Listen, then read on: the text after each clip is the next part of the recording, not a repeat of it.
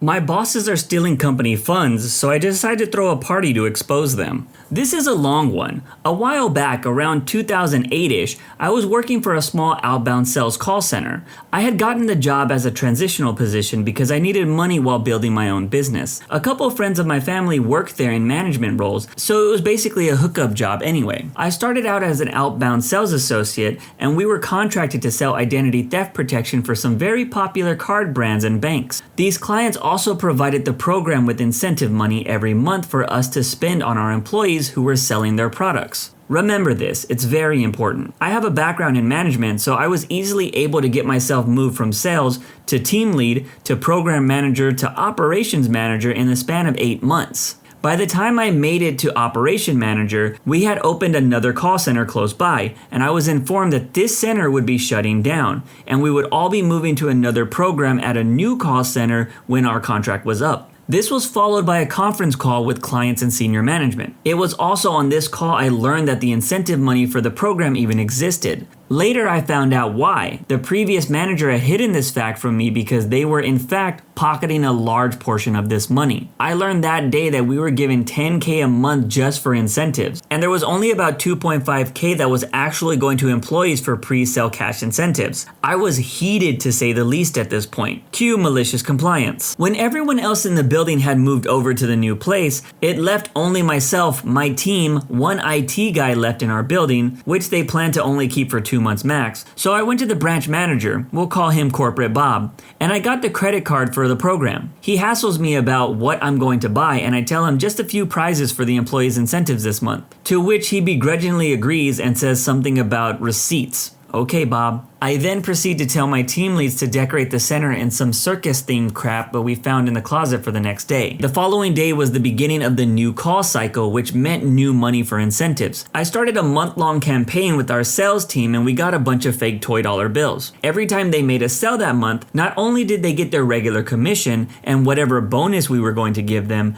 they also got these fake dollar bills that they didn't know what they were for, just that they needed to hold on to them until the end of the month. At the end of every week that month, we had carnival food of some type brought in. I'm talking funnel cakes, those super long corn dogs, jumbo turkey legs, etc. Now, this whole time, Bob has been on my butt about the card and those receipts, but only via text, not email, which is required by the company for all business correspondence. This was odd, because this was literally the only text that I ever got from him. But I kept delaying and delaying. I then sent an email out to everyone in management in those other buildings to come over to our building on the last day of the month for a lunchtime special event. They all showed up, sans a couple of program managers, but all the upper brass were there. Let's rewind back to my shopping. Once I found out we were getting $10,000 every month and we only spent $2.5K of that, I went to Walmart, Best Buy, Conn's, Culebras, and more. I bought TVs, Blu-ray players, video game consoles, camping gear, barbecue grills, stereos, board games, and a bunch of other smaller stuff. I spent about over $7,000 in total. Fast forward back to the special event. I stopped all the outbound calls and waited for the queue to clear. I then rolled out a cart full of all the prizes from the office and had all the salespeople come take a look over them. Then I informed them that we would be having an auction using all the fake bills that they had accumulated all month, and then sent them all to lunch. Senior brass circled me like hyenas from The Lion King at this point. I explained that I felt we had been underutilizing our incentive money, and since the program was nearing the end of the contract, I wanted to incentivize the team to keep pushing through. I then handed Bob the receipts and went back to planning the auction. He and the 2 other managers were hot under the collar but couldn't express it. I still haven't seen the shade of red duplicated to this day. Here's the thing though, it freaking worked! The sales team went on to shatter every sales center record for the next 6 months, staying open 2 months longer than expected. It even sparked an investigation into the use of the previous funds. 3 people were fired and a couple more quit. The auctions continued every month. I got promoted over to the new building, but left soon after to move and focus on my own business. But not before I promoted my leads to management. But let me know, what would you have done in this situation? Now this was fantastic, and this is what I call leadership. This is how you should think about your team to better the business. You don't need to be cutthroat and threaten people to do their jobs better. Also, I'm glad the business actually looked into where those funds were going, and that ended up getting people fired. Something similar happened at my old job. Turns out that we had a bunch of expensive parts and equipment go missing over the course of a few months. The company started to investigate this, and once they started, we just so happened to have a bunch of mechanics decide that they wanted to quit and leave the company. It was a crazy coincidence that nothing was going missing after those guys decided to leave their jobs. My entitled boss keeps putting off my promotion and then tells me I need to do some soul searching. So I search for a brand new job and leave her hanging. I started working for a company as an administrative assistant,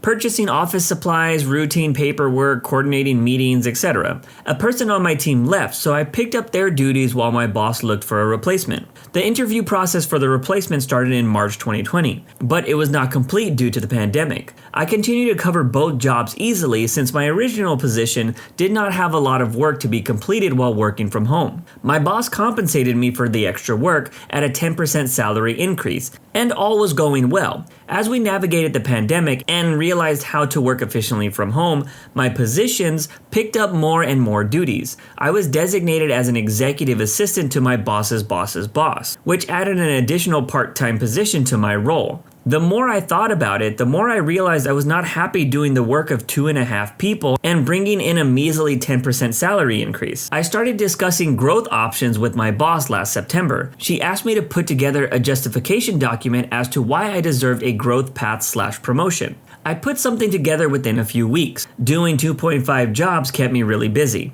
and I sent it to her. We discussed it at our next get-together, and she said that she'd have a discussion with her boss. Next time we met, she asked me to put together another document on where I saw myself in 5 years. Okay, I put that together and sent it. Next time we met, she asked me to put together another document on the justification. I told her I'm not going to keep pursuing these tasks if they're not going to get us anywhere. She said that she discussed this with her boss. We're in February at this point, and I'm getting tired of being strung along when my boss finally sets up a meeting between her boss, and me. We met and I voiced my frustrations. They give me reasons as to why I'm not entitled to a promotion. My boss said she already told me the reasons, but this is new information to me, and encouraged me to do some soul searching. So I start soul searching. Am I really happy in this role? No. Do I feel supported by my boss or upper management? No. Why do I want to stay here if I'm not going anywhere career-wise? Beats me. I start applying to different jobs, within the company and externally as well. I am still working towards a promotion with my current position, but I can't get my boss to give me any timelines or a solid process to follow. It's now April and we have gotten nowhere. She is now asking me to look into different options other than a promotion, which do not follow the original path I wanted. The promotion would allow me career growth options in my current positions. Pursuing other paths led nowhere. I interviewed for a position internally under a different supervisor. While I waited to hear back on that interview, I have concluded that I am no longer interested in the promotion. It was now May and we were still at square one. My boss sets up a meeting with HR to discuss what needs to be done for a promotion, which I feel like should have been done in September when we started this whole process. My boss made a comment that she never knew the process fully and wants to follow all the rules. Great, we've been wasting time for the last 9 months. Fantastic. Finally, some good news for me. I got the job. As soon as I knew I had the job, I told my supervisor I was resigning. She was dumbfounded. She made comments about how we could have moved past the problems we faced. We were working towards a promotion, blah, blah, blah. I don't care. Everybody who interacted with my supervisor during my 2 weeks notice said she was grouchy and didn't want to talk about my departure. She now had to figure out how to complete She now had to figure out how to complete the duties of 2.5 people while finding my replacement. I started my new job, and due to when I started working in the morning and when my new supervisor started working on the morning, I had some extra time. I was going to finish up some things. My new boss was super accommodating with that plan, and my old boss took away the access I needed. I gave her a detailed list of what I was unable to complete, and she granted me the access I needed to complete those tasks. Too late, I was already knee-deep in introductory meetings and no longer had time to assist. It had been 3 weeks now and I couldn't be happier.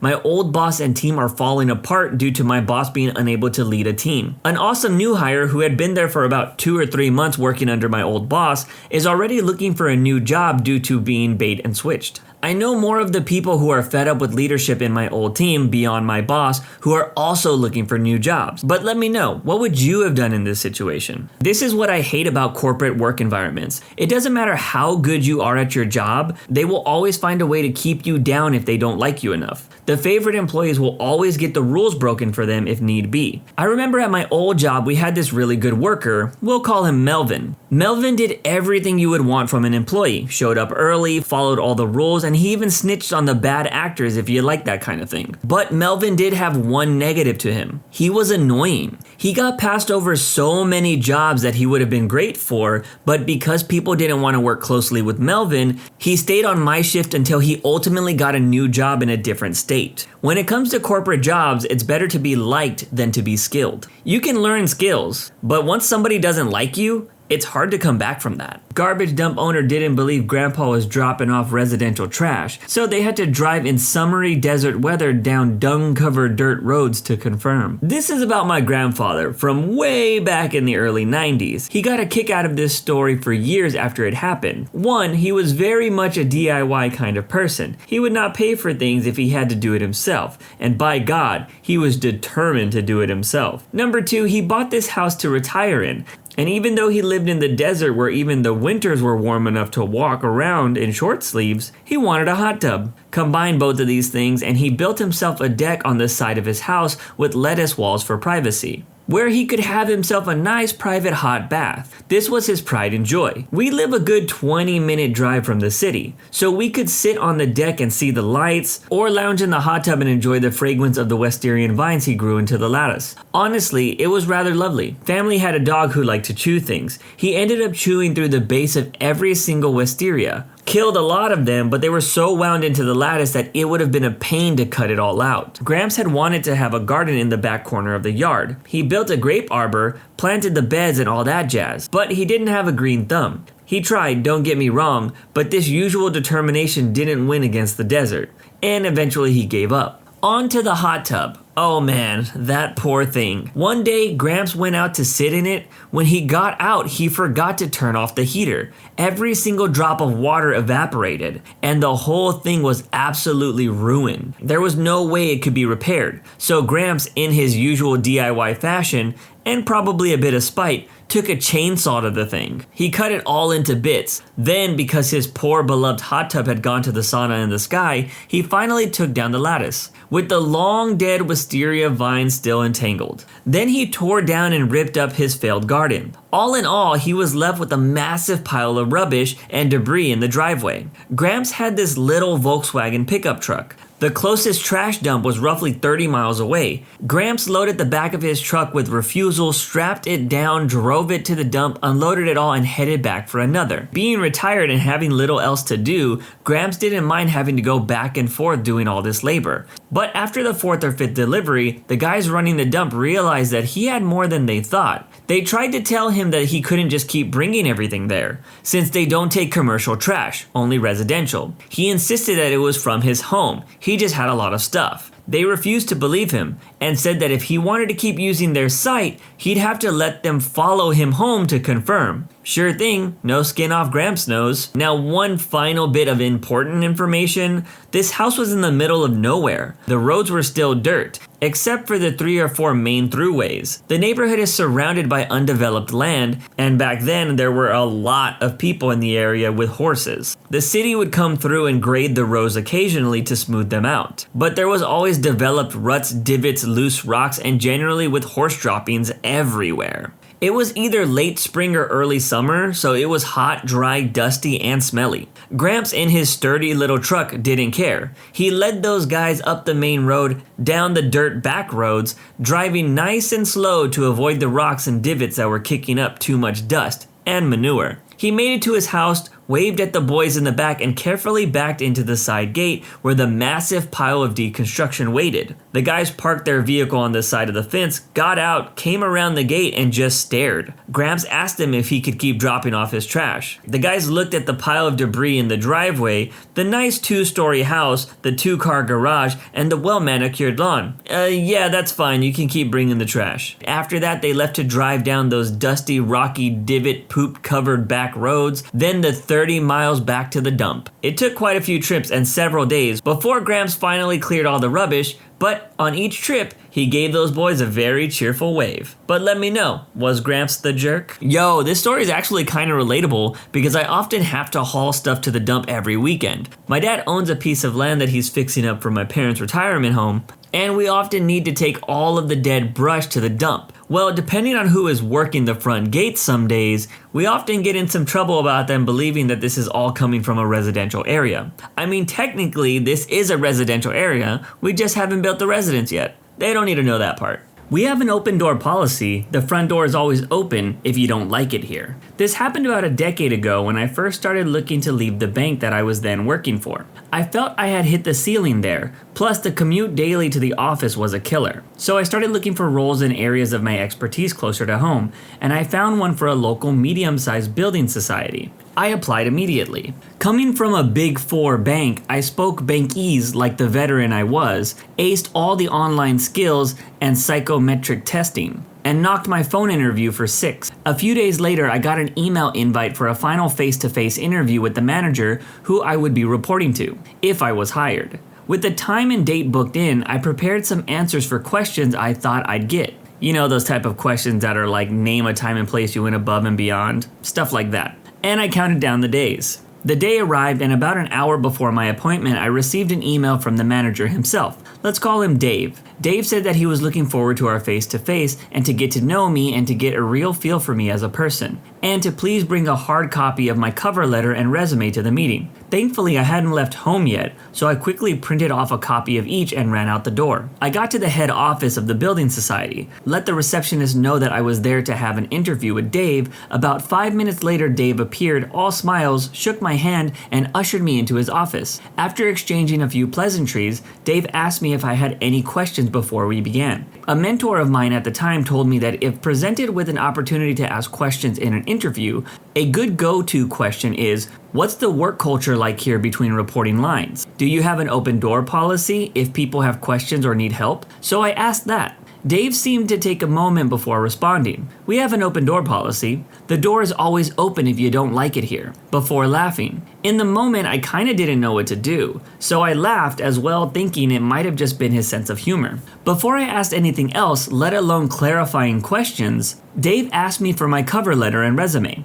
I passed them over to him and he started flicking through the pages. He then asked me questions I was expecting. Can you tell me a time you went above and beyond to achieve a goal? I gave an answer. Dave's face didn't change as he nodded and kept fiddling with my cover letter and resume. Dave then asked me another question. Give me an example of a time you had conflicting priorities from a different stakeholder. What priorities and how did you resolve the conflict? I began to answer as Dave swung his chair to his left and fed my cover letter into the shredder next to his desk, before looking back at me. I was kind of shocked. I'd never seen someone do that in an interview before, so I kind of stammered. Dave motioned with his hand for me to keep going, so I started my answer again. I got a few more words out before he fed the first page of my resume into the shredder, then again looking back at me. I stopped trying to answer the question and asked, "What are you doing? Is this some kind of test?" Dave grinned at that and replied, "I'm just trying to see how you react to being thrown a curveball. So far, it's not looking promising." I figured this guy was just screwing with me,